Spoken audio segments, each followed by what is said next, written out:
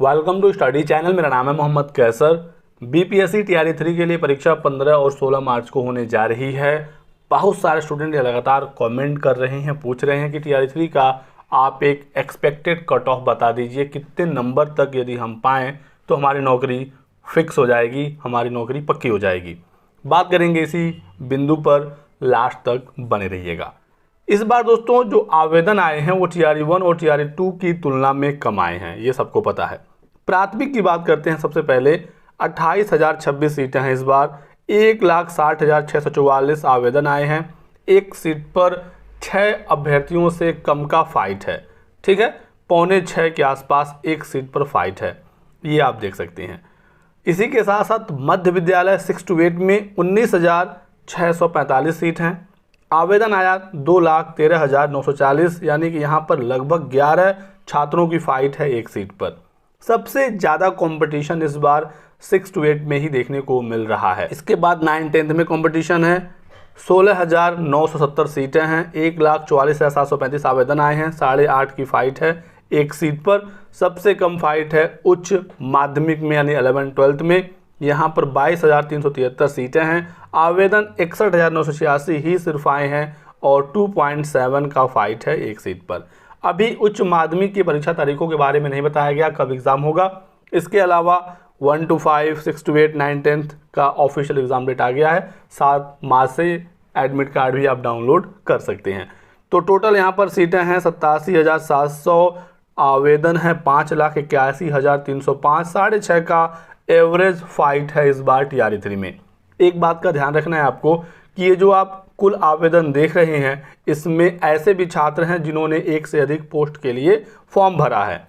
कुल जो छात्र हैं जिन्होंने आवेदन किया है टीआरई 3 में वो 4,63,000 अभ्यर्थी हैं, लेकिन एक ही अभ्यर्थी ने अलग अलग वर्ग के लिए आवेदन किया है। ऐसे में आवेदन की कुल संख्या 5,81,305 है, लेकिन कुल अभ्यर्थियों की संख्या 4,63,000 ही है।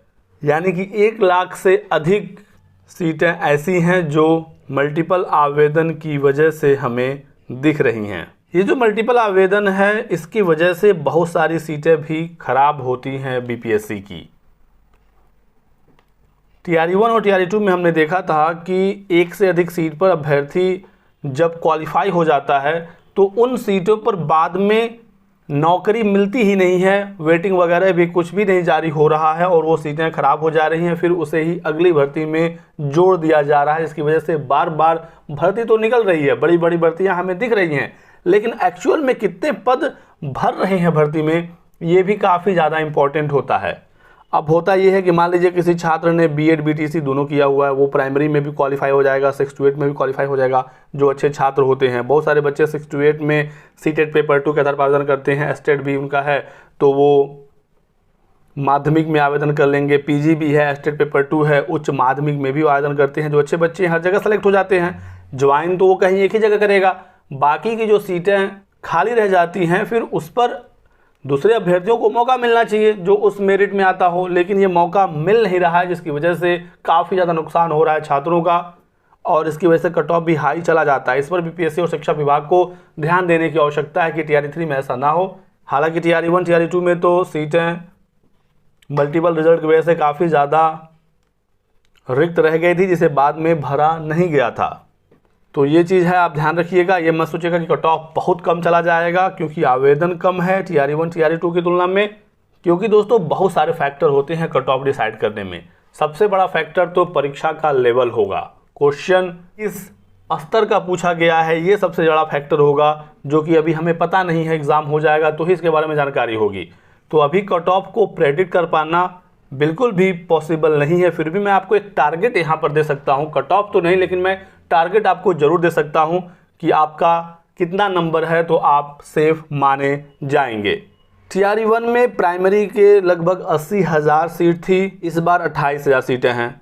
हालांकि पिछली बार आवेदन भी ज़्यादा था, अपीयरिंग वगैरह को भी मौका था, एनआईओएस डीएलएड ने भी फॉर्म भरा था, बीएड वाले अभ्यर्थियों ने भी फॉर्म भरा था पीआरटी में टीआरई 1 में, लेकिन उनका रिजल्ट नहीं आया। लेकिन एनआईओएस डीएलएड वाले अभ्यर्थी सेलेक्ट हुए थे। इस बार ना एनआईओएस है, ना बीएड है, ना कोई अपीयरिंग वाले छात्र हैं, सीटेट 2024 वाले आवेदन तो कर दिए, लेकिन कन्फ्यूज़न ही बना हुआ है कि उनका होगा कि नहीं होगा, क्योंकि डिजी लॉकर में उनके रिजल्ट आए नहीं है। तो ऐसे में इस बार अभ्यर्थी तो कम हैं, लेकिन एग्ज़ाम का लेवल देखना होगा क्या रहता है इस बार। साथ ही साथ दोस्तों एक बात का ध्यान रखना है कि TRE 1 TRE 2 में बहुत सारे अभ्यर्थी डेट ऑफ बर्थ की वजह से सेलेक्ट नहीं हो पाए। वो लोग काफ़ी मेहनत कर रहे हैं, उनकी तैयारी पहले से ही काफ़ी अच्छी थी। डेट ऑफ बर्थ की वजह से या 1 नंबर 2 नंबर 3 नंबर की वजह से जो लोग सेलेक्ट नहीं हो पाए थे, वो बच्चे काफ़ी अच्छे हैं और वो लोग इस बार सिलेक्शन लेंगे। तो आपको हर पहलू पर ध्यान देने की आवश्यकता है। और फिलहाल तो मैं सिर्फ आपको ये कहूँगा कि आप ये गुणा गणित कट ऑफ का टेंशन छोड़कर सिर्फ और सिर्फ फोकस्ड होकर अपनी तैयारी करिए। TRE 1 के समय प्राइमरी की जो कट ऑफ गई थी वो 67 गया था UR मेल का और 57 गया था UR फीमेल का। लगभग 10 नंबर का अंतर रहता है मेल फीमेल में, यदि हम बात करें 1 to 5 और 6 to 8 का, क्योंकि 50% का सीधा आरक्षण है महिलाओं को। माध्यमिक उच्च माध्यमिक में 35% का आरक्षण है। TRE 2 में हालांकि सीटें काफ़ी कम थी, PRT की लगभग 1000 ही UR की सीटें थी, उस पर सब लोग फाइट कर रहे थे, मेल फीमेल सब लोग। बाकी तो सीटें रिजर्व थी SC ST के लिए, उनका कट ऑफ काफ़ी कम था। लेकिन UR का कट ऑफ की मैं बात करूं TRE 2 में तो लगभग 90 के आसपास था। उतना तो इस बार नहीं जाएगा क्योंकि 1000 ही सीटें थी। बहुत सारे जो अच्छे बच्चे थे वो सेलेक्ट हो गए। नियोजित शिक्षक इस बार अपना सक्षमता परीक्षा के जरिए राज्यकर्मी का दर्जा प्राप्त करेंगे। गिने चुने ही इस बार TRE 3 में नियोजित शिक्षकों ने आवेदन किया हुआ है। ठीक है, तो काफ़ी सारे फैक्टर हैं। फिर भी मैं एक टारगेट की बात करूं तो यहाँ पर UR की ही बात होगी, जो मैक्सिमम कट ऑफ जाता है पुरुषों का, तो आपको उसी पर ही फोकस रहना है, अपना टारगेट उसी को सेट करना है। बाकी रिजर्व कैटेगरी कट ऑफ तो काफ़ी कम जाता ही है, आपका सिलेक्शन आराम से हो जाएगा। तो मेरा मानना है कि कोई भी वर्ग हो, ठीक है, एक ओवरऑल हम लोग बात करेंगे, चाहे 1 to 5 हो, 6 to 8 हो, 9 10 हो, 11 12 हो, आपका टारगेट 80 नंबर होना चाहिए 120 में। नेगेटिव मार्किंग दोस्तों नहीं है, इस बात का भी ध्यान रखना है। 5 ऑप्शन इस बार भी आएंगे, लेकिन यदि आपने 80 नंबर लाया दोस्तों तो आपका चयन हो जाएगा बिल्कुल, ये आप कन्फर्म मानिए, स्पेशली प्राइमरी में। ठीक है, बाकी 2-4 नंबर इधर उधर होता रहता है, वो तो एग्ज़ाम पर डिपेंड करेगा, लेकिन आपका टारगेट 80 होना चाहिए प्राइमरी में। आपने इतना नंबर लाया तो आपका चयन हो जाएगा। फीमेल का हालांकि 10 नंबर मैंने बताया कि कम रहता है कट ऑफ हर कैटेगरी में।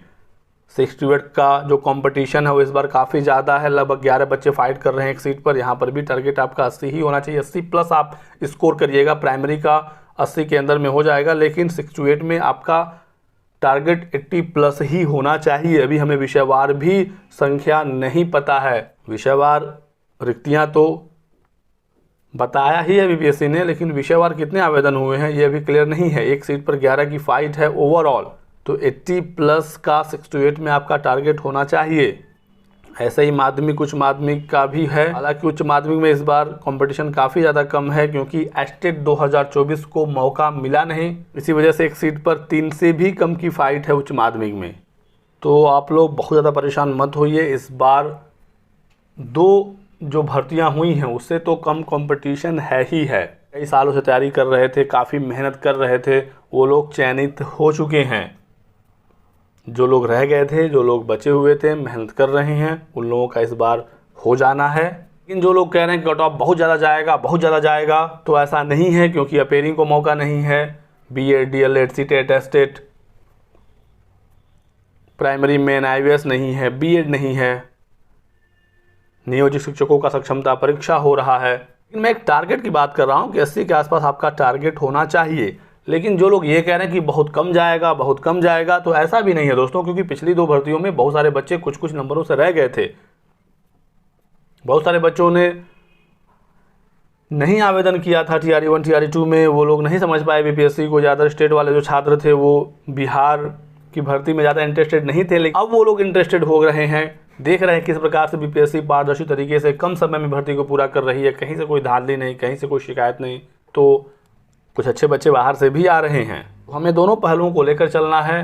बाकी अभी आपको फोकस्ड होकर अपनी तैयारी करनी है। लास्ट का 1 सप्ताह बचा है, अच्छे से पढ़िए, रिवाइज करिए, प्रैक्टिस सेट पर ज़्यादा फोकस करिए। 15 तारीख को फर्स्ट शिफ्ट में 6 to 8 की परीक्षा, 15 को वही सेकेंड शिफ्ट में प्राइमरी की परीक्षा, 16 को 9 10 का एग्ज़ाम, और जैसा मैंने आपको बताया कि अभी उच्च माध्यमिक के बारे में नहीं बताया गया है कि इनकी परीक्षा कब ली जाएगी। बाकी यदि आप लोग कहेंगे तो मैं एक वीडियो बनाकर आपको बता दूंगा एक एक विषय का कट ऑफ पिछली बार कितना गया था, इस बार कितना जा सकता है। यदि आपकी डिमांड होगी तो मैं वीडियो बना दूंगा, लेकिन मेरा मानना है कि अभी आपको ज़्यादा कट ऑफ के फेर में नहीं पड़ना चाहिए। जब एग्ज़ाम हो जाएगा हम लोग अच्छे से डिस्कस करेंगे, जब हमारे पास प्रश्न पत्र आ जाएगा। बहुत सारे बच्चे अटेम्प्ट को लेकर परेशान हैं कि हमारा अटेम्प्ट नहीं, हम क्या करें, हमने फॉर्म भर दिया, एग्ज़ाम दें या ना दें, अटेम्प्ट कैसे काउंट होगा।